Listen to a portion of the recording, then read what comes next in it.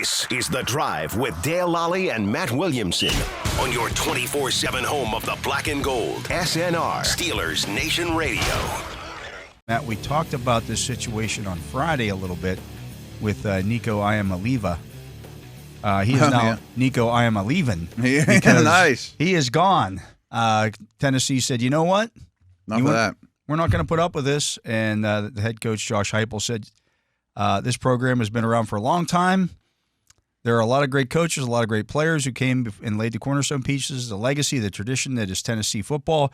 I'm going to be around a long time, and it's going to be around a long time after I'm gone and after they're gone. And he said no player is bigger than the program.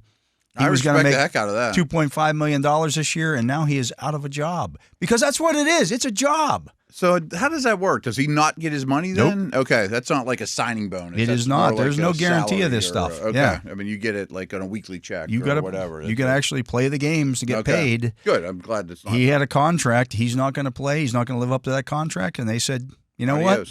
Good riddance. Adios. Good. I mean, maybe he's a wonderful kid. I don't know. But I mean, he's getting some bad advice. I'm glad that the schools just don't roll over and be like, oh, whatever you want. We'll give you more money. Yeah. Right. Yeah. Good. Maybe it's a precedent. It does make me wonder, though, if this is going to change how Iamaleava is viewed by NFL teams in the scouting world. Right. Oh, you had a contract. You were going to make $2.5 million as a 18-year-old or whatever. As a redshirt sophomore. Mm-hmm. And he's eligible to come out after his redshirt sophomore season. Now he's going to go somewhere else. He's a one-year starter at Tennessee. Mm-hmm. Going to go somewhere else. Maybe it's not as good. Right. I'm sure the Tennessee people aren't going to bang the drums that you have to take this kid. He's great for the program. Right. How could you? You know, now you just wonder how that affects him. And so you start looking at next year's way too early projections. Well, I'm looking here at NFL Draft Buzz. Next year's quarterback class. Okay. I know a couple of the names, but Arch Manning is the number one guy. Arch Manning has started 2 games in his career. I know. The march for Arch. If Arch Manning was Arch Williamson, I don't know that people will be talking about him this way. Probably wouldn't be quite as talented. Maybe better from the neck up. But the number 2 quarterback on this list is Nico Iamaleava. Is it really? Okay. Yeah. Now he's going to be changing schools. Yeah. And his stock has to drop now. He may have an awesome season and be the first pick to draft. That might be great. Yeah. Maybe he goes somewhere and lights it up. I hope he does for his sake. Maybe he's Ohio State's quarterback to win a national title, and who knows? Yeah. But again, if I'm a team that's going to be drafting him, is like, is he going to want to sign a second deal with us, or is he going to? No, I got to make this much money. Is he going to hold out in the middle of his rookie contract? Right. I got to get more money. Yeah, I don't think that's the same as Daniels leaving Ohio State or Arizona State, or Nick's leaving Auburn, or Chuck getting bounced around. I mean, this is, hey, I want more money. This isn't. I'm just looking for a different program. Yeah, you went through the spring drills and then said, you know what, I'm gonna. Just when we thought scouting was the Wild Wild West, there's another wrinkle to it now too, is holdouts. The number 3 quarterback on this list is Drew Aller from Penn State, and yuck. Yeah. Yuck. I've just seen some on Saturday here and there in the playoffs and stuff. I mean, looks like he has tools, but he doesn't blow me away as he uses his tools like I use my tools. I have tools in my garage. Right. Unskilled laborer, though. Most of them are unused tools because I'm just not mechanically inclined. I'm terrible about it. Yeah, I just say bad words. I can use a screwdriver. I can do that. But if I start a do-it-yourself task at home, my wife will tell me, this is going to be an all-day event. Oh yeah, because I'm going to make 6 trips back and forth to the. It's not time well spent. The Home Depot or wherever, and right. It's just it's something that should take an hour and a half, 2 hours is an 8-hour job for me. And it still might not be done correctly. I have no idea what I'm doing. That's how I am too. Yeah. Again, maybe Aller turns into a good prospect. Maybe he's does. Not on top of these lists. Maybe he's the next Christian Hackenberg. Could be. Lenoris Sellers from Utah. Okay, that's the name I don't know. Okay. Yeah. I know the LSU kids. I think it's Utah. Thought over Nussmeier. Yeah. Garrett Nussmeier from LSU. Cabe Klubnik from Clemson. Okay. Sam Levitt from Arizona State. Okay. I mean, and then you're getting into, quarterback 8. Mm-hmm. we have no idea. Carson Beck's 10 on this list. And I say, is Beck even still in the mix? He was terrible last year. Yeah. To the point where he's no longer like.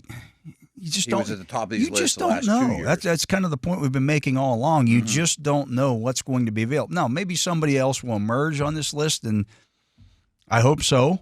They definitely will. But I mean, that's almost a guarantee. But 2 will drop off, or 3 will drop off, and 1 will get added, and 1 won't go back to school, or will go back to school, or get hurt, or whatever. Again, Nico Iamaleava was making $2.5 million this year. And he threw it away. And he threw it away because he wants more. Who knows? Maybe you got a deal lined up with someone to get 3. I think Carson Beck left Georgia to get $4 million a year from Miami. Wow. Is he that? Maybe you don't know that. Is that like as much as anyone's making? I don't have any idea. I don't know if there's any reporting on this stuff, exactly how much they make. There's not a spot track for let's go check all their contracts. But it just, I don't know. It's not the college football that we once knew for one. I know 100%. You've been a proponent a long time for having a minor league system for the NFL. That's kind of what this has turned into. It's turned into. I mean, it's 2 super conferences. Except there's free agency every damn year. Every year, right? I mean, with my recruiting background, like, why even bother recruiting? Just go get the portal and get somebody fresh. Well, that's whatever, like the kids who really get hurt are the kids that aren't top 100 prospects. Mm-hmm. Where are you going? Where are you going to go? And you probably just wait around for someone. If they transfer in front of you, you're out of luck. Or, then right? you end up having to transfer out. You know, again, that's what happened with Syracuse getting McCord. Like, he lost 1 game. Can't beat Michigan, so you're can't terrible. Beat Michigan, so we're going to move you. on, and we're going to take this guy instead, Will Howard instead, and Yeah, I don't know what to make of it. I mean, I'm sure that there'll be quarterbacks next year, but if the Steelers love someone, even if it's McCord, or maybe you just make sure you get them now instead of just hoping things go your way. I'm not saying reach. No, you don't reach. I'm not saying reach and take a guy a round too early, but Or you 2 just don't rounds have too any early. clue what's going to be coming down the pipe. One of the things that drives me nuts, and I saw it was on Pro Football Focus today, and their mock draft had the Steelers taking Jalen Milroe because we know how much that Arthur Smith really loves running quarterbacks, and he'll be drooling over Jalen Milroe. I've been doing this a long time. I have yet to see a scout, a coach, a head coach, anybody drool over a prospect. Tip the young writers. Don't write that. I used to do it when I was younger too, because that makes you sound cool. It's stupid. Massive exaggeration. Nobody is drooling over anybody. They're very analytical and businesslike of who they pick. Drooling. Go through It's in this one. I'm looking here about Lenore Sellers. NFL projection, the physical tools and developmental trajectory have scouts salivating. Come on, man. Right. Be better than that. Be better than that. Yeah. Your descriptive words don't have to be over the top. Yeah. Salivating like you're a dog. They sit around in a meeting room and they watch a tape and they say, missed that throw, bad footwork there, should have made that read, missed it, negative. Even if you really love the player, you're not salivating over them. You're not drooling. Yeah. They had him going 21st. Milroe? Yeah. In PFF? Yeah. That's a little early. Everyone knows I'm a fan and I'm highly intrigued, but wow. Well, this is where their overall rankings are at for these guys that we just talked about. Manning is number 1. Is this PFF doing this? This is NFL Draft Buzz. Oh, okay. They're way too early rankings for next year. Gotcha. Iamaleava is 6. Of overall players in the draft. Okay. Aller is 16. Sellers is 24. Okay. Nussmeier is 35. Klubnik is 49. And then there's a kind of a drop-off there. Sam Levitt is 73. So right now they're saying that there's going to be 6 quarterbacks in the top 50. Which means 6 in the first round. Maybe 6 in the first round. Yeah. Which would be great. Right. If that's where things end up, that there's 6 runs. Is Iamaleava, is he coming out of school next year? Is Arch Manning coming out of school next year? We don't know. I mean, I don't even care the names, but if next year there's 6 first-round caliber quarterbacks, great. Fantastic. I mean, that would be wonderful. I mean, it's so far from a guarantee, though. Yeah, you just don't know. And again, these underclassmen are just... Arch has played 2 games. He's played 2 games. He may say, you know what? I just talked to my two uncles, and they said I'm better off staying in school for another year. Yeah. I mean, okay. Whoever gets the first pick overall, they may say that's not a good fit for you. Right. You don't want to go there. You might as well get because the Mannings also did that. That's what I was thinking. Right. I mean, the Mannings are very on top of that. Stay in school, make another, make $4 million. Make $4 million, and you don't have to go be a member of the Cleveland Browns. Right, you don't have to go be a member of whoever has the number one overall pick. The team you don't want to go to. Right. And I don't know. I mean, we talk about it a lot. Don't count on next year always being the grass isn't always greener. Yeah. I would bet that next year's quarterback class is better than this one. It probably will be. I don't think this one's as terrible as everyone thinks. I don't think that either. But I don't think. And I do think it sets up best for the Steelers to prepare for that draft. And it looked, and just judging, you can't just bank on it. Yeah, judging from what they have done this offseason, acquiring all the comp picks for next year, that's what it appears they're setting themselves up to do. Right, they do have a plan, folks. There is a plan there. Yep. But you don't. That doesn't mean you turn your nose up at the quarterback this year if it presents itself. The thing that bothers me a lot that I get from every angle, friends, Twitter, comments. Well, this team can't develop a quarterback. I'm like, where's the proof? I mean, who, even in Mike Tomlin's long stretch as head coach here, how many picks in the first 2 rounds have they used on a quarterback? Pickett, and he didn't work out great. I mean, it's not like this is massive track record of like the Bears or Browns, just taking quarterback after quarterback. He stinks. Try again. I mean, I just don't get this team has no chance to develop a quarterback. Show me some proof. Yeah, I don't get it either. But again, this coaching staff is completely different from even the staff that was there to develop Kenny Pickett. That too, let alone Roethlisberger. Basically, it's an all new offensive coaching staff. Yeah. From that group, but they can't develop a quarterback. I mean, they got a lot out of Duck and Rudolph, and these guys that aren't particularly talented. Yeah. I mean, I don't know. Anyways, I'm still gonna roll the dice with getting a developmental quarterback at one of these points and try to see what we can do with them. Right. By the way, when Mike Tomlin got Ben Roethlisberger in 2007, he was not the quarterback that he would become in like 2014, 2015. No, he was developed slowly. He developed over those years into one of the, best players yes, in the league, you won with him, but in those years, he's leading the league in passing yards and things of that nature. Yeah. I mean, his career spiked again. Yeah. And there's a couple elevators there, Yeah. It is a blustery. There was hailing on the way here. And when we were down at the facility earlier. Yeah. It's sideways hail. Yeah, it was crazy. But we're getting closer and closer. Almost a week away. The Steelers having 2 more visits today. Running backs, surprisingly enough. There's been a lot of them. A lot of running backs in. I think they might take a running back in this draft. I think they have some interest in the running back position, yes. Travion Henderson of Ohio State and R.J. Harvey of Central Florida. Okay. The visitors today. I like both. Harvey is a all-around good player, kind of a pain in the butt to play against, hard to tackle, sort of the Steelers mold that way in terms of competitiveness. Yeah. I mean, I guess there's a little war into his game, too. Also a good zone But he runner. Also ran a 4.4 at the combine. I know. He can scoot, too. Scoot. Like, to me, he screams, like him and Neal from Kansas are guys that would often be the 3rd or 4th best back in a class, and they're going to be the 8th best back in a class. Yeah. And you're going to get them great value. 5th round, 4th round, where usually they're a 3rd round type guy. Where Henderson, he might sneak in the end of the 1st round. I mean, he is a burner. He's really good in protection. He's smallish, but he's stoutly built. One cut and go. Obviously, a really good compliment to Judkins on a national title team. He's going to be pretty desirable. I mean, in a league that's looking for explosives, he's kind of the poster boy right now. I'm just looking here. According to my little tracker that I've put together, that is 9 running backs out of a possible 30 visits that the Steelers. And I know they've used them all, almost a third, and they still got a couple more that they can use.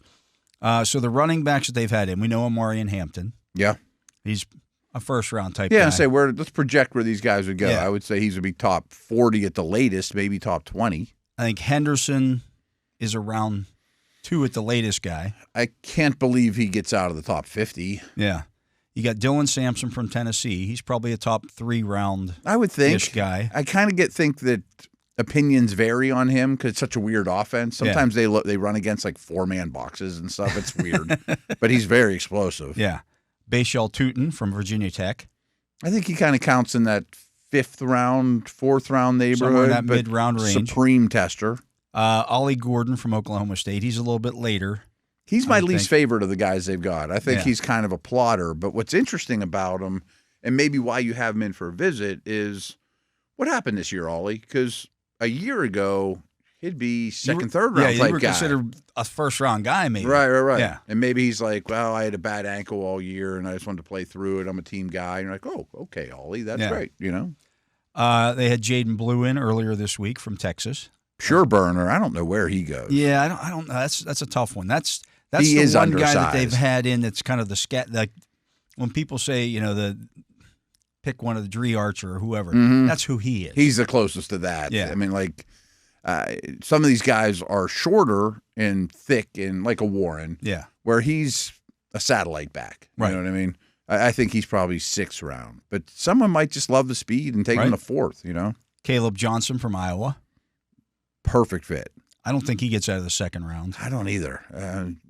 Maybe he's the 5th back taken, but that still could be late 2nd round. And zone teams like the Steelers are going to like what he does. I mean, he's one of those guys, like you watch his highlight tape and you're like, all right. Yeah. But you watch 5 games, you're like, he does the same thing every time. Yeah, He ends up with 180 yards. Nobody tackles him. He's running through holes. Professional back.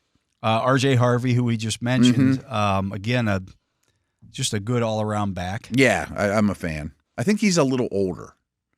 I don't care about that at running back. You're probably going to get one contract out of him. So is Najee. Right. So is really Jalen Warren was older too. True.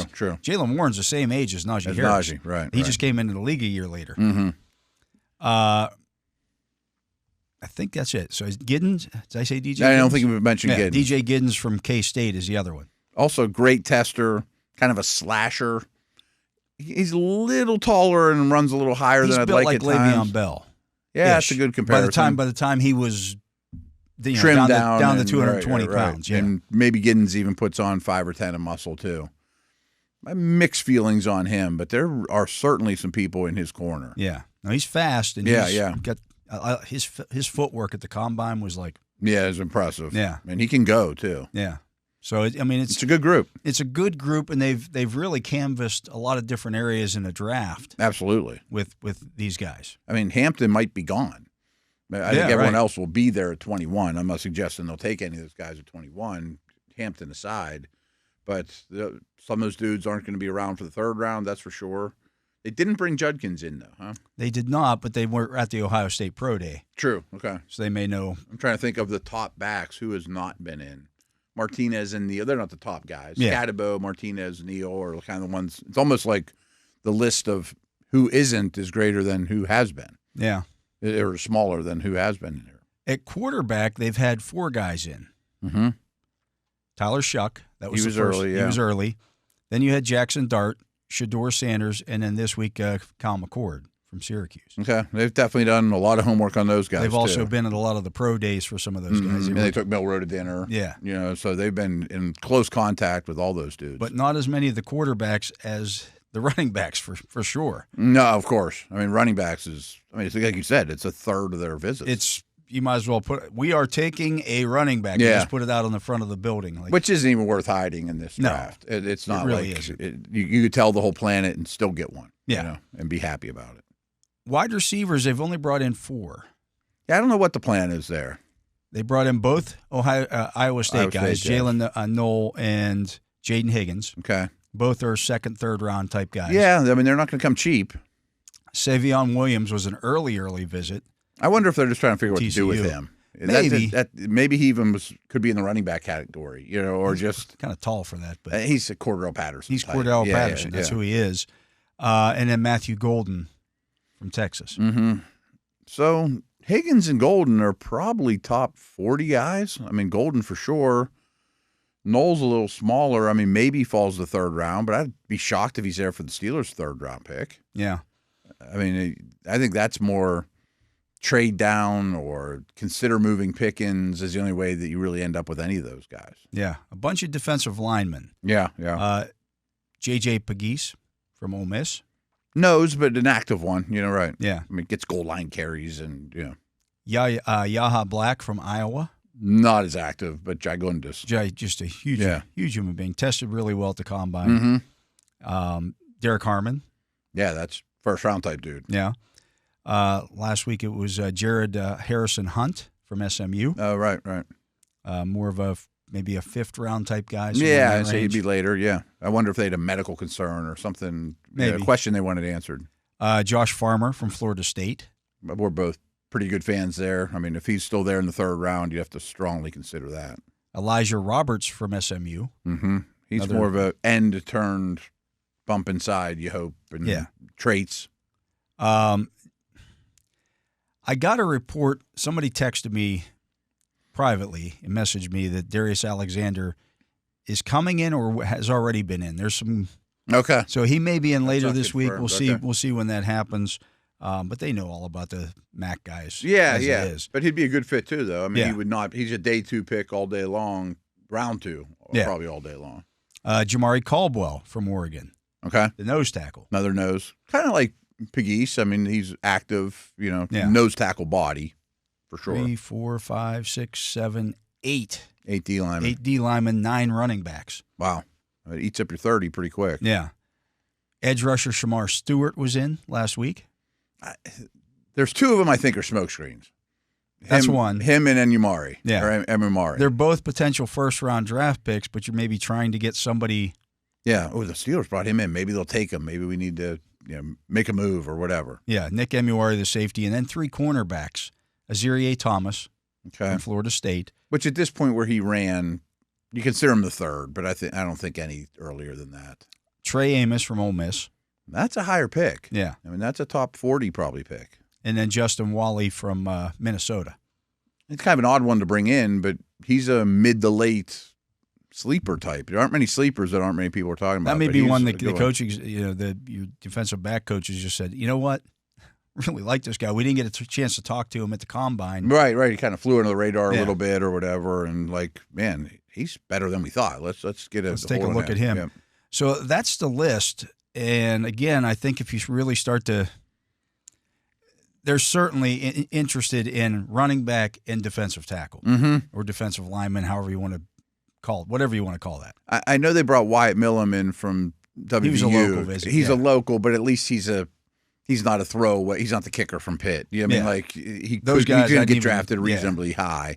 But I'm a little shocked there's no O-line conversations. Well, there's conversations, but there's no visits. I guess other than that, though, those are the positions you would think, for sure. Yeah. I just look at the list and I say, okay, we've done mock drafts after mock draft. Oh, sure. You're definitely taking a running back. You're definitely taking D-line. Yeah. And it may be 2 picks on the D-line. It could be 2 picks at running back. Yeah, it could. If there's if value you wait there. a little bit, right. But then you look at the 4 visits at quarterback, the 4 visits at wide receiver, the 3 visits at cornerback, and those are kind of like ancillary needs. Mm-hmm. And I wonder, what's the logic behind those specific players being the ones you pick? Why Golden and the 2 Iowa State guys as opposed to Burden or whoever that's in the same range? Is it just, man, we really want to spend time with them on the whiteboard? Do we want to, how are you used, or is there something off the field you want to get cleared up, or did you are you just not get a chance really, really like them? You ran out of visits at the combine. Yeah, there's only so much time. They weren't at the Senior Bowl, and you didn't get to talk to them there, and so you take care of that part of it. Just again doing your homework on these guys. Yeah. Golden might be a little bit of a smokescreen too, like you did with DK. I mean, they didn't draft DK Metcalf, obviously. Sure, but a few years later, you're interested in DK Metcalf because you did all your homework on DK Metcalf leading into the draft process that year. Right. And then you said, well, now you've got all this information on him as a pro, and you say, well, we liked him as a person. I mean, it goes without in the draft saying process. That most of the players you really, really like don't end up on your team. Correct. Yeah. 7 do at most, basically. Yeah, and it's really typically not that. And we'll look back in the next segment at the last 3 years, 3 or 4 years of draft visits. Okay. And I know last year was heavy. you can kind of figure out where this stuff goes. What's a smoke screen? What's not a smoke screen? And they do I think they like to vary it. I think they like to change it up every once in a while. Just to, I think you should. everybody's centering in on what we're going to do here. Now we're going to do this instead. Yeah, and Uari and Stewart scream that. You can make the argument that, hey, this guy's a safety, can do it all. We like him. We're excited about him. Or Stewart's an amazing athlete as well. We want to know how well both of them know football, and maybe we could kick him in as a 3-4 end, or he could be your Lee Al. Uari's your slot. Yeah, right. I mean, you could certainly make a case for why you'd want the dudes, but deep down, are you really going to take them at where you'd have to, over Walter Nolan or somebody like that, or Harmon or somebody like that? I have my doubts. I also wonder quarterbacks you might be eliminating in a way. Really liked them, didn't love them. I want to love them, and I wonder if there's any smokescreens going on with the quarterbacks too. Potentially. You're crazy if you don't do all the homework on those guys. Right, you have to. Yeah, and it's obviously they're not bringing in the top guys at some of these positions. They didn't bring in, Graham didn't come in at defensive tackle. Right. You don't think he fits. You didn't bring in. I'm a little shocked Nolan Genty. hasn't been in. A little bit, but again, it may be a situation where just because people talk about the off the field and all that. Yeah, you just couldn't. Maybe they have no concerns up. whatsoever. Yeah. And Grant's another one I thought might be in, but maybe those are part of me thinks Grant, Nolan, and Milroe are guys they really like and didn't bring in on purpose. I don't know. Potentially, I mean, you just don't know. Right. I mean, unless you give somebody truth serum and get them to own up to it. Like, I got enough information on these dudes. I'm not going to quite tip my hand and show. You know?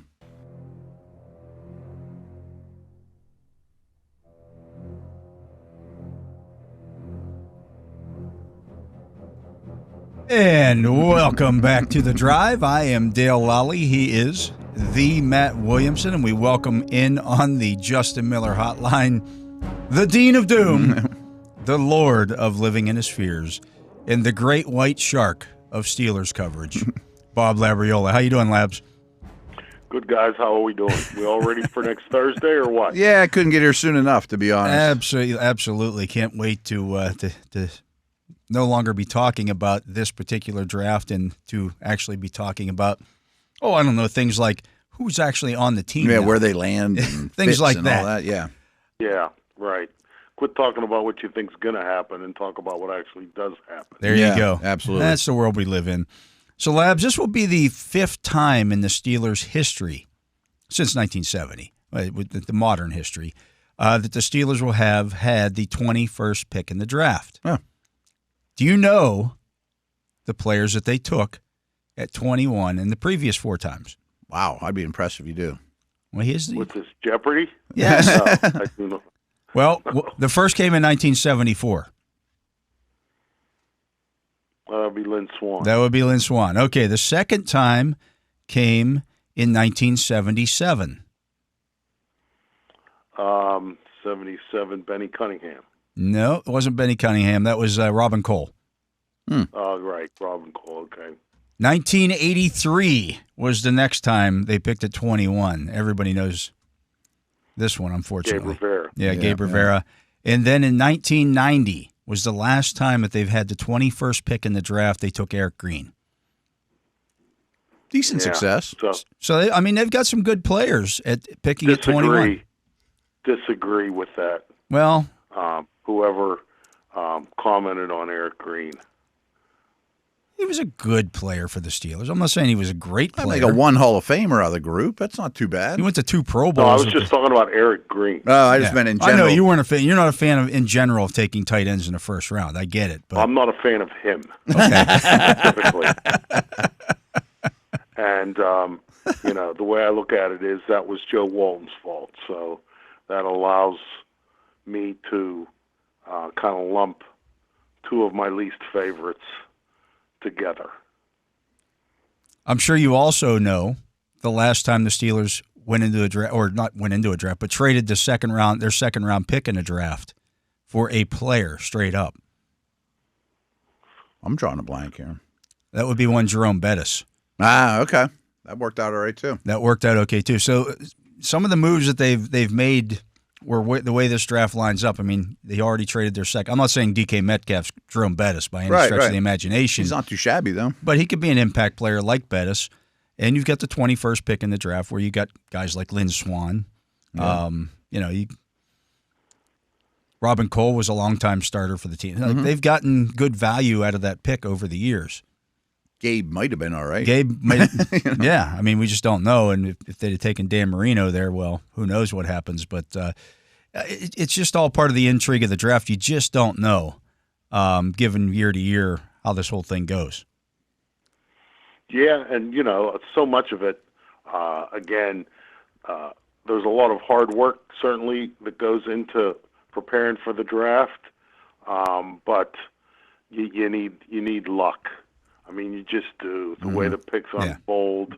I've told this story, 1985. Bill Nunn had done a lot of work on this Mississippi Valley State receiver that turned into a pretty decent player. And he convinced Chuck Noll that that was the guy. And the Steelers were all set to pick him. And right at the last minute, the 49ers traded up above him and picked Jerry Rice. So, Dale, you mentioned just a couple of seconds ago, 1983, Dan Marino. I say whatever. Marino to Rice could have been something. Might have changed history a little bit. Steelers history, certainly those two guys went on. Probably would have changed league history a little bit, too. Yeah. Might be more trophies, too, in the 80s. Yeah, great Hall of Famers that they were. But anyway, yeah, that's what you need. You can do all the work. You can be right about, your conclusions that you have come to about certain players and how those players might, fit within your team, your roster. But you got to have an opportunity to pick them. And sometimes that doesn't even happen. So speaking of Hall of Fame quarterbacks, we've heard nothing on that front. What do you want the quarterback room to look like post-draft? Or what do you expect the quarterback room to look like going into Latrobe? Do we have any clue? I don't. Where are you at? Yeah. No, seriously. I know. I don't. And I don't know what I want it to look like. I don't know that there's, I'd like Joe Burrow to be the starter. Yeah. That's what I would want, but that's not real. So yeah, I don't know. I don't know what it's going to look like, and whatever it does look like, I don't know if it's going to. I won't know if it's a path to success or a path to disaster until it all unfolds. It's kind of like the draft itself. You can't judge it immediately after, and so yeah. No one seems super concerned, but I'm getting super concerned. Well, again, I don't know. I don't think that that the degree of not knowing that I currently possess right now necessarily translates to the Steelers. I don't think. I think they have a lot more idea of what might happen than the public does. And, we've talked about this before. The Steelers don't show their cards in this kind of thing. If whatever Aaron Rodgers said to them during that meeting when he was in Pittsburgh, it's like going into the confessional and telling the priest your sins. Mm-hmm. That's never revealed, and you can be confident in that. In terms of a player in his conversations with the people that he talked to in that setting, in terms of it being leaked to the media or revealed or whatever. The Steelers don't talk about that kind of stuff, and so I don't know if the situation is in fact what it might appear to be to us at this particular time. I just don't know. And so that's how I've kind of looked at it the last couple of weeks, but it just seems like, what's the hang up here, you know? Yeah, I mean, I don't know. I don't know what it is. And what I try and do, seriously, stay off social media. Mm-hmm. And I sleep good.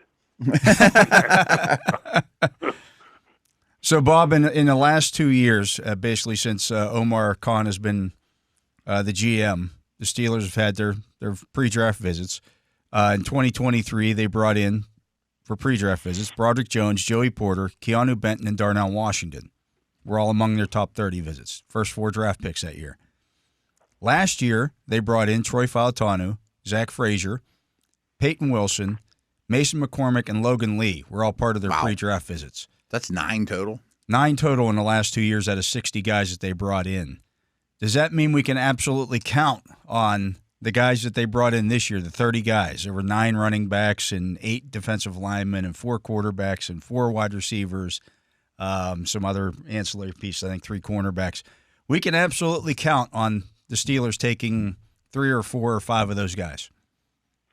You can. I'm not. Because as I was just saying, yeah, it depends on how the picking goes.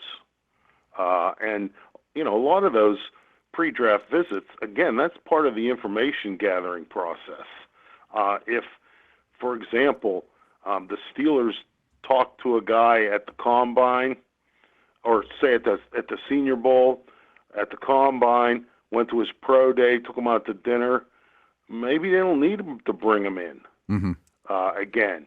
Maybe there isn't any other issues that they have. Maybe there isn't any final medical issues or checks or things to check. Maybe they've already had him on the board. Maybe he's already met whichever coordinator, offense or defense, he's going to be, whatever side of the ball he's on. So. Again, because you can massage the narrative any way you want. T.J. Watt didn't make a top 30 visit, so there's that. Mm-hmm. Right. I mean, whatever way you want to tell the story, there are exceptions to the rule, and so I don't think you can say, based on their visits, they're going to pick these guys, or based on the visits, they're going to pick these players, because the Lawrence Timmons draft too. There was a guy, I forget his name now, that was all linked to the Steelers, because that was the year, Joey Porter, his last season in Pittsburgh was 2006, and so. By then, I think Joey Porter had gone to the Dolphins by the time of the draft. Yeah. It was some Texas A&M guy. I can't think of his name. He was linked to the Steelers. They're going to pick him. They're going to pick him. They're going to pick him. He was there. They didn't pick him, and they picked Lawrence Timmons, who was not only the guy that everybody thought they were going to pick, but he didn't even play the position that everybody thought that the Steelers were going to draft to fill the spot of a guy that they just lost. So,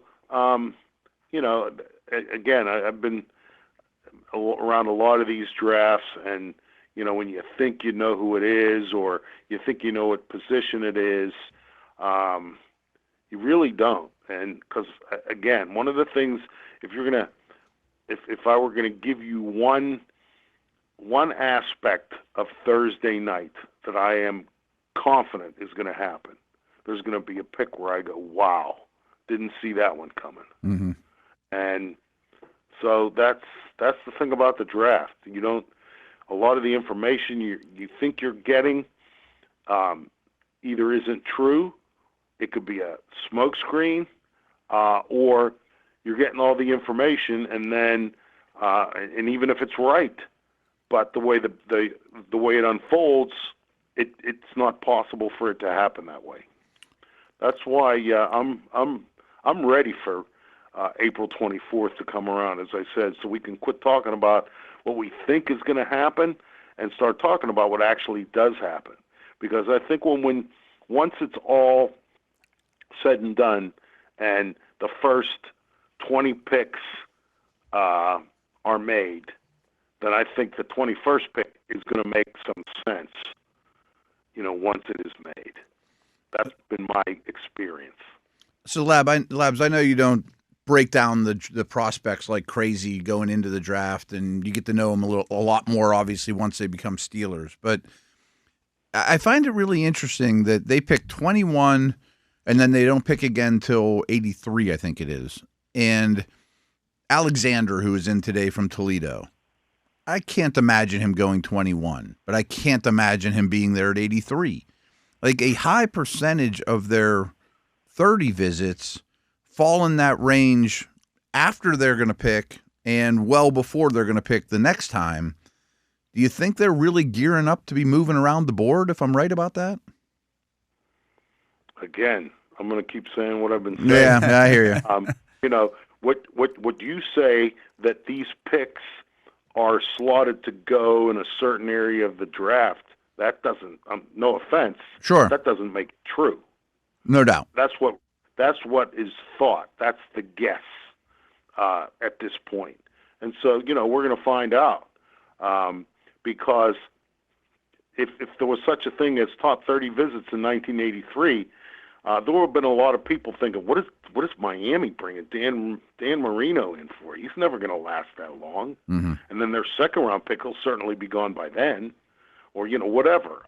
So this is part of the pre-draft phase or period that we're into right now. I mean, I think everybody's just looking, trying to add 1 and 1 and come up with whatever total that fits the point that they're trying to make. I mean, what you're saying about these top 30 visits, may be true. Maybe all of the guys they're bringing in are in that range. But, we've talked about this before. If you're at 21 and Derek Harmon is there, and you think, well, this guy's he's more like the 31st overall pick. Don't want to reach for him at 21. But if you can't get him, if you don't pick him at 2021 and reach for him, quote unquote, you're not going to have a chance to get him after that. Yeah. That's always my point about trading down. Yeah, it sounds good, and it looks good maybe in the next day's analysis of how a team manipulated the process. But who did you get or who did you miss? To me, those are the more important things. And I'll use the Dan Rooney quote all the time. The thing with scouts is they're trying to win the draft. The idea is you're trying to win the Super Bowl.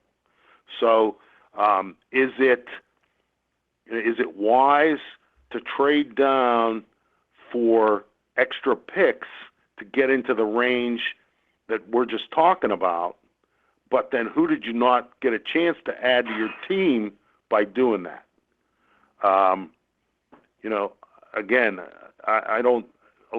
A lot of these things, you really don't know the answer to them until it's several years down the line, and you find out who these players actually are. Because trading up for Devin Bush the day that it happened looked like genius. 3 years later, it goes down as one of the worst picks in recent Steelers history. Jarvis Jones, another one. Wow, what a great pick that was. Whatever he was, 15th, 17th overall. You just picked a guy who led the SEC in sacks back-to-back years, and you're putting him on the edge. What a great pick that was. Didn't turn out to be that. Again, all this is fun right now, but we're not going to have any real answers for a couple of years, I don't think.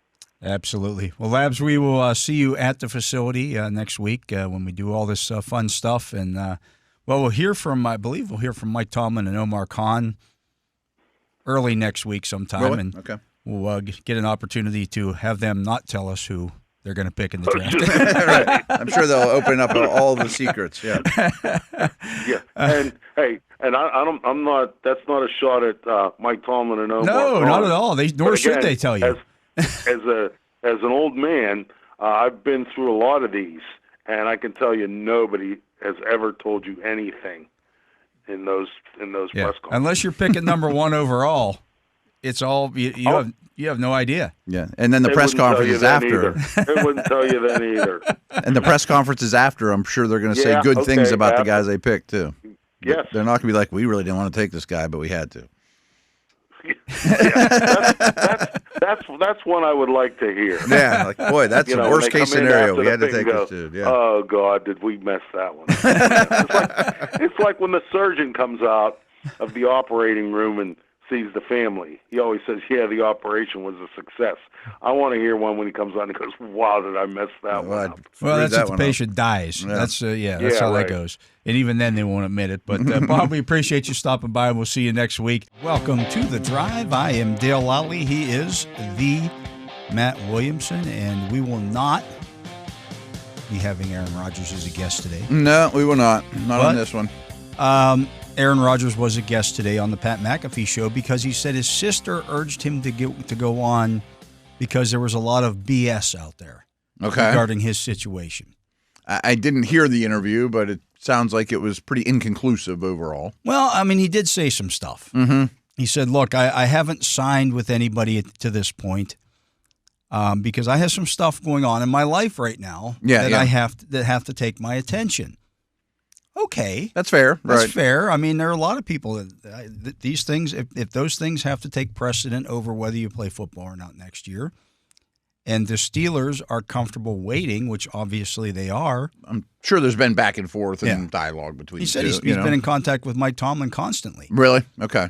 So no change, obviously. Which no change. I understand gets frustrating. He said retirement is still a possibility, but I think retirement is a possibility for him if the Steelers would move on. Okay.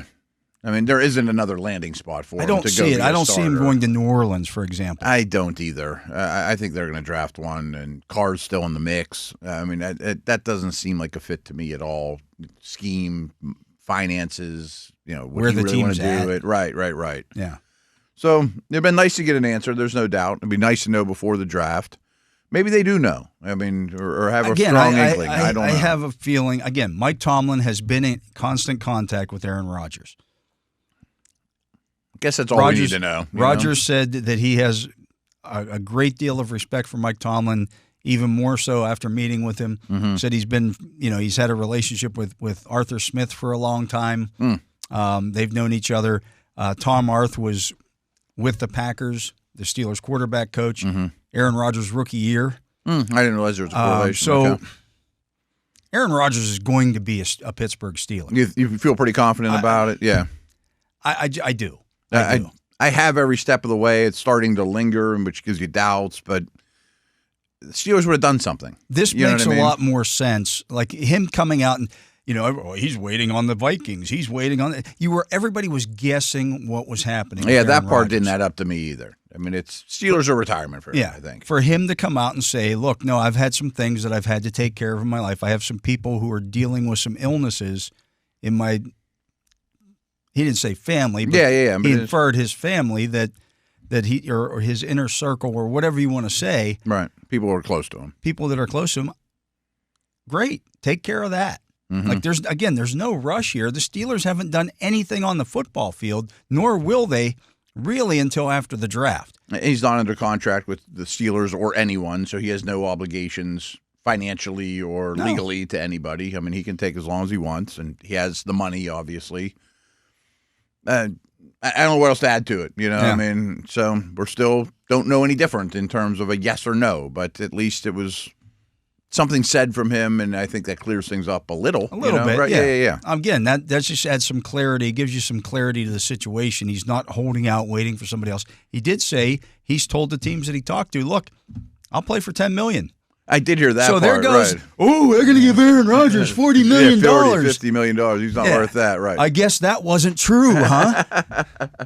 I doubt he signs a $10 million contract, but it's not going to be 45. It's not going to be 45. It's not going to be 40. It's not going to be. It's going to be something. I like that dance you just did. Too. Did you like that? Yeah. But this is just what we've been dealing with. Right. For the Everybody last thinks month. they know, and people, the conjecture, the guesswork. That if you pay Aaron Rodgers, you can't pay T.J. Watt.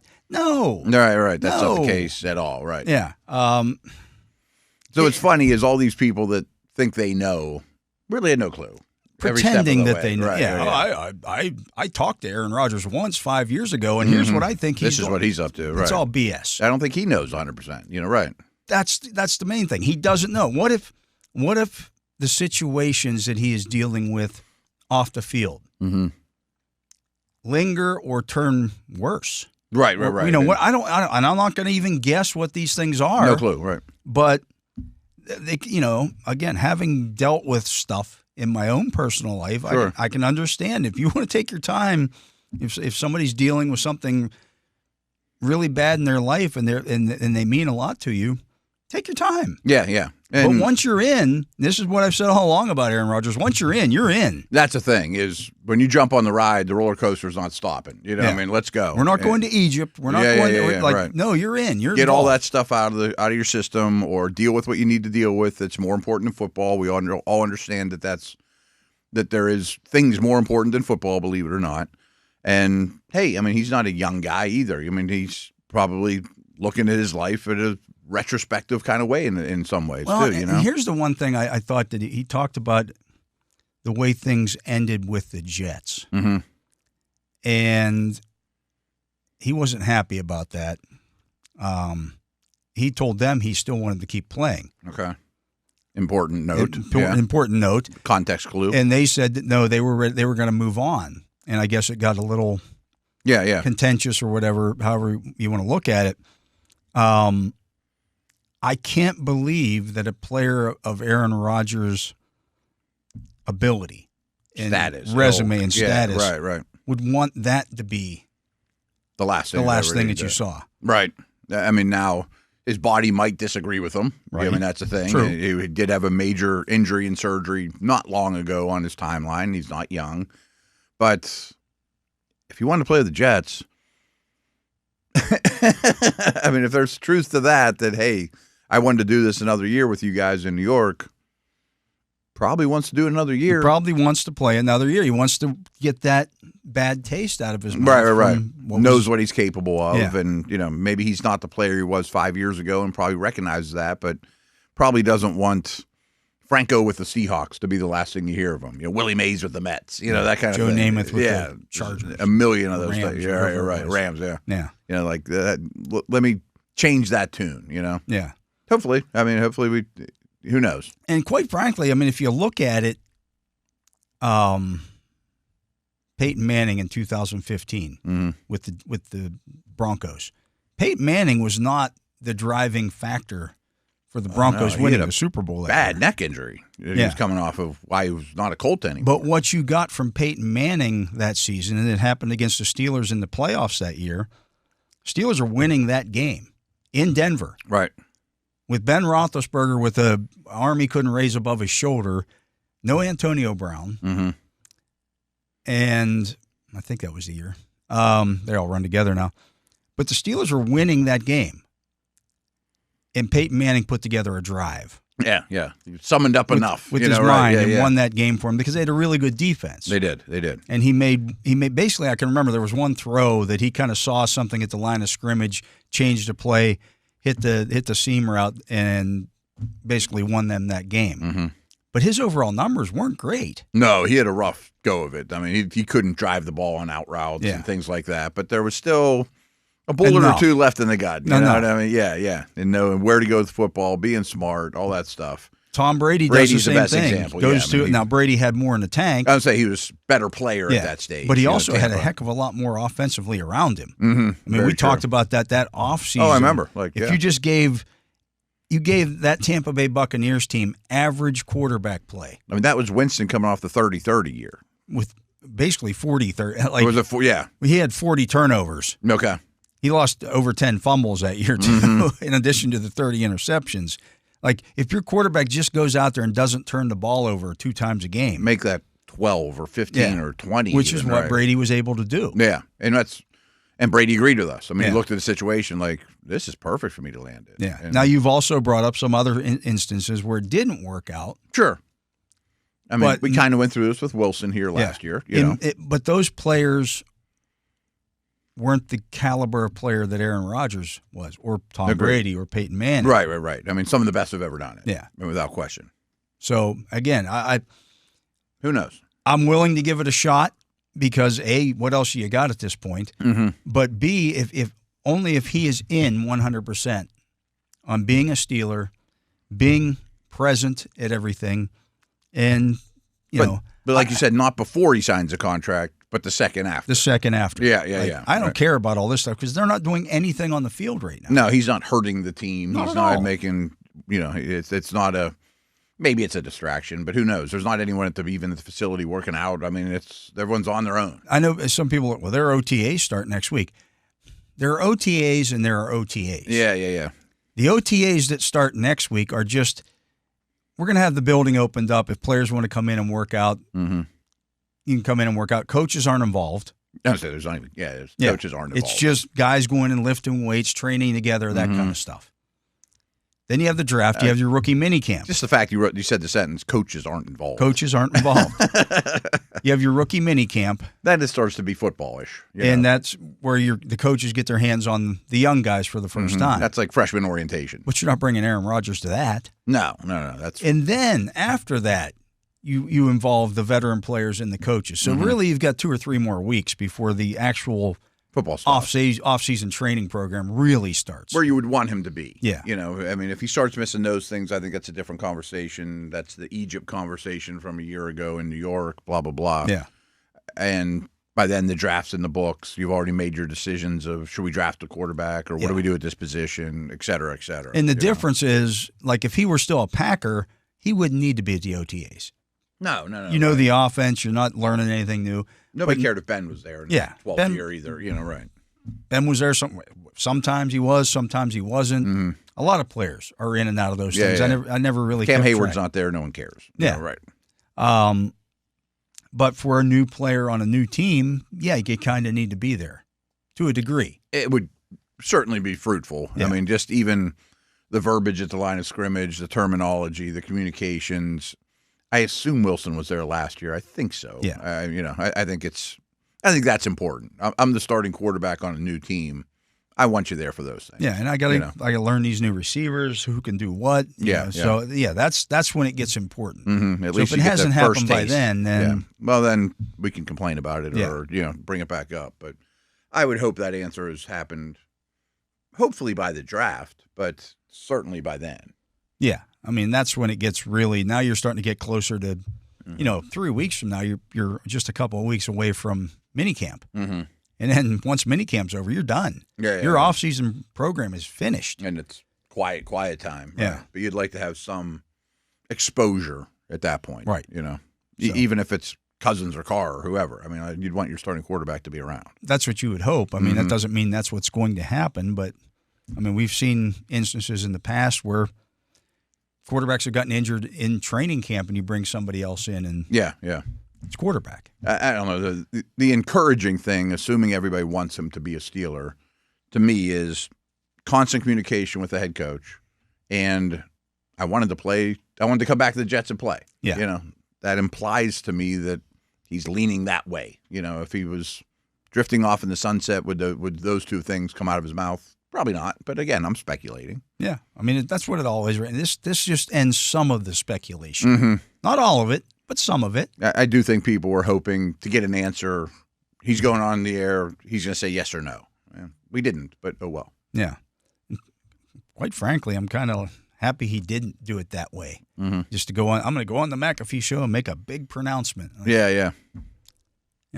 That just doesn't shows have to happen, right? No, the circus is still in town. to some Everyone degree. thought he'd walk out on stage, when McAfee was here and all that too. And maybe it's not just a big look at me circus situation. It's just I just need a little time. I need time. Yeah. And I get it. I be mean, totally upfront with the Steelers that way too. it's really not all that different than the last few years of Ben Roethlisberger's career. He says, "Look, I need some time before I decide whether I'm going to play or not." Not uncommon for any athlete. I mean, they're under contract with their new team. Once you reach a certain age, then, okay. And I know, Chuck Noll once said, if you're thinking about retirement, then you retire. That was 40 years ago. It's a different game today. There's a lot more money involved. There's a lot more off-season. I mean, some of those guys like sold insurance in the off-season. They didn't. They didn't have the full season train year round. Right. Like, okay, if you're thinking about retirement in 1975, I get it because you get another job that you do on the side that maybe you just want to do that. Yeah. Guys didn't play into their late 30s and early 40s. I mean, it was then too, but it's just a huge commitment to say yes, I'm in, because it's diving in with both feet, like you said. You're not sneaking off to Egypt. You're not going into a dark retreat or whatever. Right. I mean, you need to constantly train your mind, your body, everything about it, and it's a big commitment. And it's a longer season. There's more money involved. It's people play later if they want. I'm sure he has his own private quarterback coach and all that stuff too that Bradshaw didn't have, and of course. So it's just a lot more involved. So what Chuck Noll said 40 years ago or 50 years ago really doesn't factor into this. No, I'm sure there's been. I bet we could come up with 10 football players in the last couple of years, Kelsey or whoever, thought about retirement and came back and came back and played well. Right. Again, you're either in or you're out. But if you're in, you got to be in, and that's what you're deciding right now. Do I want to put my body through this again? Right. I mean, it is a strain. Yeah, and doesn't sound like money is the most important thing to him, which is I thought that was good to hear too. I don't know if he'll play for $10 million, but I get what he's saying. Yeah. Again, there's a lot of players I like in this draft, and I like where they're sitting. I would love to move down. You'd have to blow my doors off to go far, but it will be nice though. A week from now, have players on teams. Yeah, and know who's left. Be able to start talking about this stuff. Again, much of the focus remains on nationally. Steelers got to go get a quarterback. Got to get a quarterback. Got to get a quarterback. Heading into this draft, you've got the Giants, the Browns, the Steelers. The Titans are going to take a quarterback. Yeah, we know what's happening there. The Saints could certainly take a quarterback. Oh yeah. The Rams could take a quarterback. So what is that, 6 teams? I'd say the Jets. The Jets are also Fields is really a 1-year deal. The Raiders could take a quarterback. Yeah, I think that's probably about it. I mean, the Seahawks could take a quarterback. Darnold's basically a 1-year deal. Yeah. I hesitated to bring him up because they just invested in him. But if that goes wrong and you had Chuck sitting there or whatever, it wouldn't be such a bad thing. And they got 5 picks in the first 2 days. And I don't know that the Dolphins aren't going to take a quarterback early. They could take Gabriel in the 5th. But they need to take a backup quarterback. They do. They have so many other needs, too. They're in bad shape. Might even be missing 1 or 2. That's, 9 or 10? Okay. Well, there's 9 or 10 quarterbacks in this draft that... Yeah. I mean, to your point, I assume, is there will be several stages throughout the draft where there's an acceptable quarterback to take at that pick, most likely. That's where the value aligns. If they pass on quarterback in round 1, which I fully expect I believe they will. Yeah. I do think 5 will be gone before their next pick, though. Potentially. I mean, it's not a done deal, but there's that top group, and then you're looking at backup types for me. Yeah. And really, all the other guys, other than Ward, are going to be backups this year. I would imagine. I don't expect any of these guys outside of Ward to be a day one starter. The Browns give me pause. I think it'd be tough to go past Winston and Wilson in New York. I don't know, beating out Flacco and Pickett would be insurmountable for Sanders or somebody like that. I don't see them taking Sanders, though. I think that Hunter and then try to trade back up. If Dart goes to the Saints or something like that, Dart needs to sit. I think Sanders needs to sit. Wouldn't hurt him. I think he needs, more ready than like those I'm guys. saying, from day one, I don't expect Shedeur Sanders. Now, at some point this season, in 2025, he may wind up being the starter. Oh, yeah. But I can't see from day one. Yeah, I tend to agree. I mean, you brought in Pickett and Flacco for a reason. Yeah. Certainly Wilson and Winston are capable, Yeah. Even if the Steelers drafted one. Oh, the Steelers draft one, I don't think he's not starting day one. I don't know how you would be the number 2. Right. I mean, they have a number 2 on the team that's got that job pretty locked in, I think. And I'd be shocked if Rudolph is the opening day starter. Yeah. So that's where we're kind of at. But I look at the Dolphins. I mean, they got Tua. And here's the thing with the Dolphins. I really hate where their team's at right now. They're a disaster. They just signed the cornerback Ramsey to a new deal recently. Last year. Yeah. Now they're going to. Now all of a sudden you're going to trade him. And I'm not sure you're going to get much back. I mean, I've heard things they might have to cut him. They just signed Tyreek Hill to a new deal last year. Yeah. Like, what are you doing? I think they push their chips in to win now, and you often lose that battle. And they're losing it big now. And now their quarterback's expensive, and their franchise left tackle retired, and you don't have much waiting in the wings. You know, you look at their team needs all across the O-line. Maybe another wideout. No one ever talks about that. If Hill's not going to be in the mix, D tackle's really poor. Safety, corner is pretty suspect too. They're expensive stuff. Left tackles and let alone a backup. Well, and they paid for those guys, right? But they did it at the wrong. Things didn't match up well for them. No, they didn't marry their salary cap to what the roster actually was. Right. I think that they, as a franchise, lack some self-awareness. It's great in the first 2 months of the season in South Beach and it's warm, but then you go to Buffalo and New England and New York late in the year, let alone playoffs, and you're not built that way in terms of, the players you play with. I mean, there's a lot of speed, and how many 4-3 running backs do you need? Give me a guard. Yeah. Nose tackle, right. Yeah, I think that's an interesting build, and that could be a team that next year at this time we're talking about them moving on from Tua Tagovailoa. Mm-hmm. Absolutely. I think that's quite possible. I look at him and Purdy, and it's not a coincidence the Miami staff came from San Francisco, that, what if Trent Williams is gone, Debo's gone, all of a sudden, like your stars and scrubs thing, Bosa's a year older, Ramsey's gone, Tyreek's out, all of a sudden it's like, you got Waddle and Pearsall and Kittle's getting old. You know what I mean? And your quarterbacks aren't elevators, and they're expensive. Yeah, I assume Purdy's going to get a contract. Puka Nacua came out today. I heard something about it. And said something about if the 49ers pay Brock Purdy $50+ million, their window is closed. I kind of get it. I mean, they're a lot like the Steelers to me in terms of their offseason, where they lost way more than they gave it up, kind of on purpose, though. I mean, they have a ton of comp picks coming their way next year, much like Pittsburgh. And I don't think any of their losses, they were like, oh, man, we really wanted to keep them. But I don't see much waiting in the wings to replace them either. That's the problem. They haven't drafted very well. Yeah. I mean, if you look back their last 5 drafts or so, kickers in the 3rd round and backup tight ends in the 3rd round. And let's be honest, Purdy was a complete gift from lucky the gods. shot. Oh, 100%. They had already they traded up to draft a quarterback. Right. I mean, Solomon Thomas with like the 3rd pick in the draft, Lance with the 3rd pick in the draft. Those are big and they swings gave up multiple picks to go get Lance. Right. And they happened to luck into Purdy, and he's keeping him above water. I think Shanahan's a really good coach. I think he's a great offensive mind. I don't know that he's a good head coach. That's what I was going to say. I think this shocks people. He's been a head coach 8 years for the Niners. 4 of them they've won double-digit games and have gone to playoffs and Super Bowls, etc. Yeah. The other 4 they've lost double-digit games. Right. I mean, it's a roller coaster ride. There's nothing in between. It's never a 7, 8, 9 win season. It's never even just 10 wins, 10 wins, 10 wins. No, right. Which with that roster, like this, right. It's just up and down, and I mean, they got Bosa because they were the 2nd worst team in the league. And then they were great after that for a year, and then they're down, and the Jimmy stuff, and both those teams are 2 stars and scrubs-ish for me. Yeah. But the Niners have had so many good they've worked the comp pick game extremely well. Well, a lot of it's been hires outside the team. The coaches exactly. Part of it, which has worked great for them. Yeah.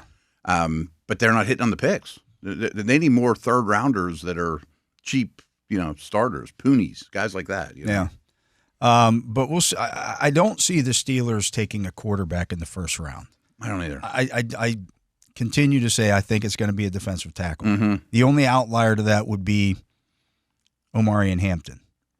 Yeah, but I think one of the D tackles would have to not be there. Yeah, I think those guys would all have to be gone, and Hampton falls into your lap. Mm-hmm. That's fine, yeah.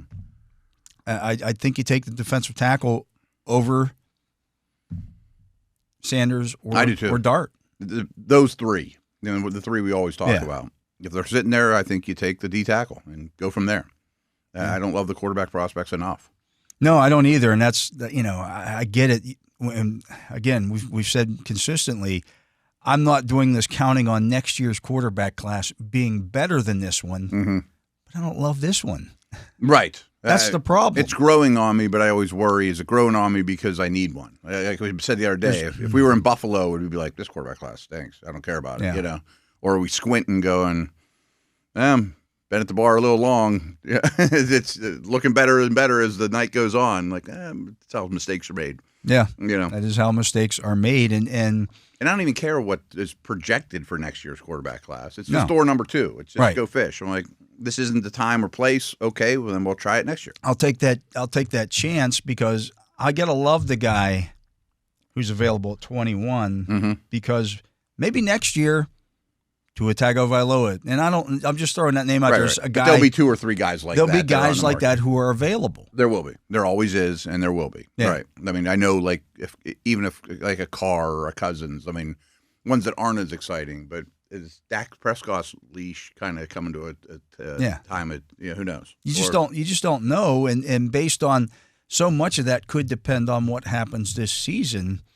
If some of these teams that quote unquote have their franchise quarterback all of a sudden find themselves picking 5th next year, and they do like the quarterback class or a quarterback, they could take him and then say, you know what, you get the Justin Fields situation. Yeah, or even like how you opened the show.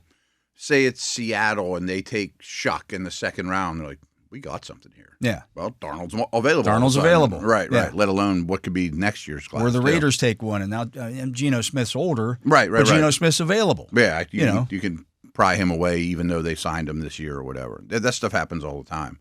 Fields hits the market again. Darnold hits the market again. Maybe they have good years and they still hit the market. Right. They become too expensive. I went and double-checked this because the Mahomes trade up in round 1 of his draft day. He was the 10th pick in the draft. Right.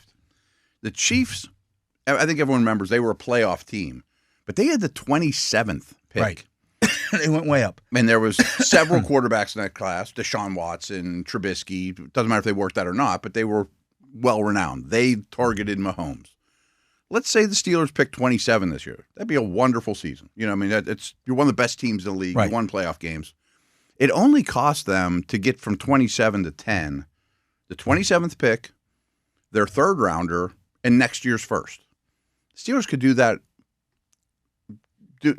no problem a year from now. I mean, they can make that move this year if they wanted to, based on all the extra picks that they have. Right. Exactly. Like that wouldn't be moving up and.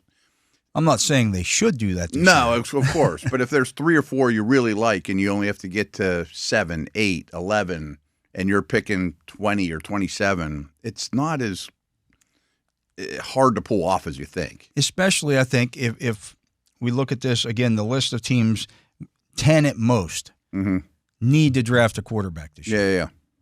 Well, there's more quarterbacks available than that in this draft. We get down into the 5th, 6th, 7th round. What's that going to be next year? You're going to have all these teams that either drafted a quarterback early enough this year that they're not in the market next year potentially. Tennessee's not going to draft a quarterback next year. And I would still think the team, the 6 that took them last year, probably still have a leash. Yeah. Maybe Bryce Young's leash breaks or something. Yeah. Maybe, But so you start to look at that and you go, okay, because right now I think what you see in the league are a lot of teams with guys on their rookie deals that you need to know, you need to find out more about. Then you've got that middle group of teams that feel like they have their guy, the Jordan Loves, the Mahomes, and they're in the middle of that pack. And there aren't as many teams anymore that have the old guy. No, that generation is gone. The Wentzes and all those guys didn't live up to the billing. Now the Geno Smiths of the world are the old guys who are still starting. Stafford is the old guy. If the Steelers do bring in Aaron Rodgers, that's where they're at. But there aren't as many of those guys as there were 6 or 7 years ago. No. I mean, first off, I think that era was pretty strong in quarterback history, the Bens and Breezes and Bradys and Mannings, et cetera, Rodgers. But then there was such a gap, almost a 10-year stretch there where the early picks, quarterbacks, very rarely hit. Yeah. I mean, there was a long stretch there. Winston and Mariota and Wentz and all these guys that are high picks that should be a little past their prime right now. Yeah. But they never had a prime. Yeah. So, those guys aren't there. They're just not, they're not. So a lot of them are still in the league. Right. They're just not starters. And like Wilson and Cousins are now holding on for starting jobs or whatever they can. They have good careers. But they've already been, in the case of Cousins, he's already been replaced. Yeah, exactly. Wilson might get replaced on draft day or might not be there long. He's probably not their long-term starter. So, I mean, those teams aren't going to be in the market for a quarterback. So it may be a situation where, again, if there are, let's say, 4 first-round worthy quarterbacks next year, there might not be 4 landing spots. No, and the bad teams will want to trade. I'll take your future first. I'll take all the picks I can get. Right. I got a quarterback, but I'm bad. Is Cam Ward going to turn the Titans around to take them from picking first overall to picking 18th? I don't think so. And I don't know if the Steelers will pick 27. Who knows? But let's say it's 20 or 21 where they've been the last couple of years, and the Titans are at 5, and they stink, but they have a quarterback. You can get there. The Patriots. Yeah, exactly. They've got their quarterback. Patriots would be a great team this year to trade out if somebody wanted to come get a quarterback. There's no one to get. Yeah. So, I mean, that's just where we're at with this particular draft. And I don't see the Steelers reaching for a quarterback in this class. I've thought all along next year's the best timing. You have the best draft resources. You have a ton of cap space. If you come out of this season, you're like, man, I didn't project having a strong safety, tackle, and receiver need that they do. Whatever. I'm just making up. Yeah. Well, you can go buy them on the free agent market. And you use all your draft pick to go get the quarterback. You know? So Jackson Dart has changed his mind and will not attend the 2025 NFL Draft. Oh, really? You think that's because he got news that he wouldn't be taken in the first round? I think he's supposed to be with family. I don't know. I would. This is me, but it wouldn't be for me. I would much rather be with my parents, wife, family, friends. I understand in my home. He was one of 3 quarterbacks who were going to be at the draft. Cam Ward, obviously. Jalen Milroe is going to be there. Yeah, I know that. Shedeur Sanders. Was he not invited, or did he turn it down? No, he was invited. He turned it down. Okay. Dart said yes and then changed his mind. Michael Williams also changed his mind on that. I wouldn't look too much into it. I think it's interesting, especially from a quarterback perspective. Yeah. I don't know. Do you think if I had said you have to pick one or the other, Dart will be a first-round pick? I'm not saying you would take him. Do you think he goes in the top 32? I'm going to lean towards yes. I'm going to lean towards yes. I don't might think be a trade back or something like that. I don't think that there are more than 3 quarterbacks taken in the first round. I think there'll be 3. I think it'll be 3. Yeah. Like if I was playing the over/under for Vegas, 2.5 or 3.5, I'd go under or over. Yeah. Well, let's do that real quick. So, quarterback, we just did. I think there's 3. Running back is, I also think there's 3. The over/under is 2.5. Yeah, but Henderson's over/under is like at 20. Yeah, I think I'd go under that. You'd go under 2.5? Yeah. Or you go over Henderson's? I would go over on Henderson because I don't think he goes in the first round. I think it's 2.5. I think there's 3, but I might end up with more than 32 when we add them all up. That's the problem. Right. Wide receiver, I would go. We sold Hampton goes? Like I could see why someone might want Henderson and not Hampton. In the mock draft we just did, he did not go in the first round. There's many mocks that he left till round 2. Yeah. I don't know if there'll be I think I would go under 2.5. Okay, I think there'll be 3. Wide receiver 2? I think it's 2. I think 2 are a sure thing. I'd probably set it at 2.5. I might set it at 3.5 just to be. And I'd go under. Yeah. But last year was weird. Like Leggett, Pierce, all those guys, Worthy, they all went at the end to playoff teams. Yeah. Someone trades up to grab. That was a different draft. That was a deeper. Right. But I'm just saying good teams might be like, I just need one. Give me Burden as my number 2 dude. Yeah. But I would still go, I think there's 2. Yeah. 2 tight ends. Yeah, 2 tight ends. Yeah. I don't think a third gets in, although I could see Kansas City maybe taking that shot. But at 2.5, I'm going under. Let's just say offensive line in general. I'm going to say. Maybe we have to name though Zabel. Yeah. Booker. I'm not positive on Booker. Top two tackles. Top two tackles. I think Jackson goes. And I think Simmons goes. Or Simmons, I'm sorry, Simmons. I would say Jackson or Booker, not both. Yeah, I don't see both. Banks. Yes. Did that get us to 7? Campbell, Membo, Banks, Simmons, Zabel. I'm missing a tackle. Booker. I'm definitely missing a tackle. Say Barron? Or the you said Banks. No, I said Banks. Banks. I think there's 4 tackles that are definitely four going. tackles. I'm going to say 4 tackles and 2 interior linemen. That gets you to 6. Gets you to 6. If it was 6.5, I might go under, but O-line always goes more than you think. Yeah. Interior defensive line. I'd set it at 3.5. Yes. I think all 4 deserve it. Yeah. But 4's the most. I could see Grant being the one that falls out of the first round, or Nolan because of maybe something. I just think he goes, but I think Grant as a nose tackle first maybe falls out of the first round because there's so many noses. Yeah, you know, it might be like I can it's wait really 10 picks and get Tyreek Williams, or 2 rounds and get Caldwell. Right. 3.5 should be the number. Edge might be like 7. Yeah, real quick on D tackle, would you go over 3.5 or under? I'd probably go over, but it's the right line. It's the right line. Yeah. Edge. Carter's going. Yeah. I think both Georgia guys are going. Yeah. Now, what do you consider Walker? I consider him an edge, but you put him in linebacker. Here's the thing, though, with that. So let's say the team that drafts him says, "Oh no, we're going to play him off the ball." Yeah. Do you then lose your bet I don't in know Vegas? what Vegas does with that, right? And him and Campbell aren't that much different. And they really aren't. Right. But one's looked at as linebacker, one's looked at as an edge. Yeah.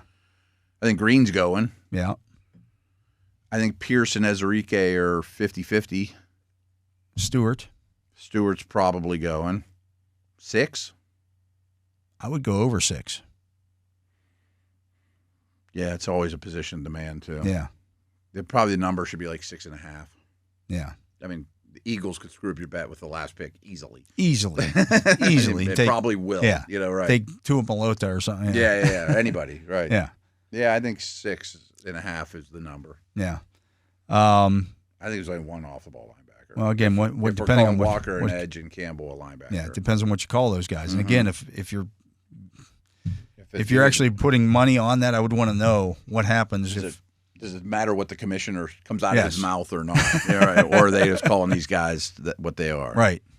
So 1 or 2, depending how we call it. Corners, I think you're looking at, I would say 3.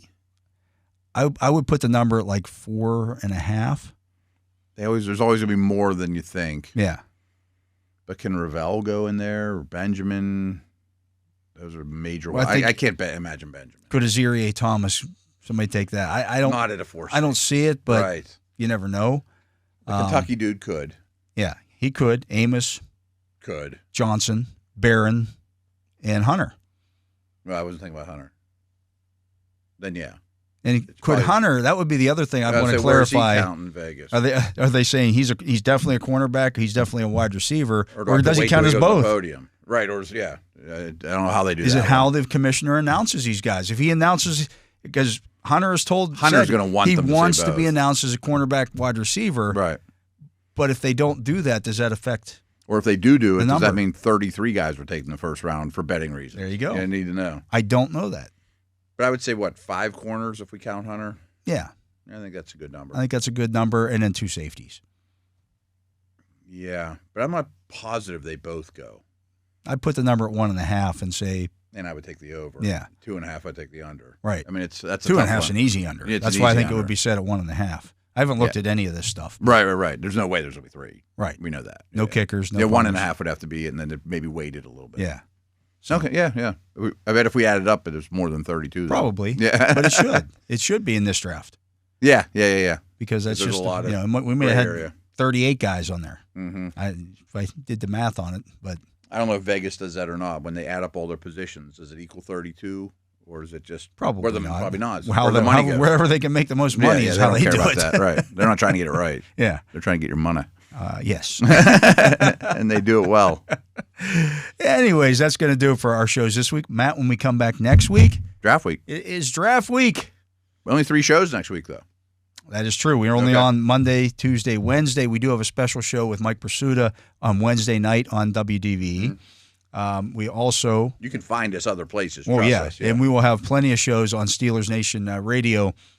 Draft day, all weekend. We will have shows covering the entire time that the draft runs. We have little previews each day that we start the show. We start an hour early both days, I think. I think so. Monday or Thursday and Friday. The opening bell, yeah. And we'll take you all the way through till the last pick. Absolutely. That's what we do here. You and I will be doing a lot of legwork. Absolutely. But for my partner, Matt Williamson, for Justin Miller here on site, running the Justin Miller hotline, and Justin will be logging a lot of hours. Yeah, he's got a long couple of days coming too, yeah. And for Tyler Vittmeyer. You done a draft before? Yeah, Okay, yeah. It's a marathon. Yeah.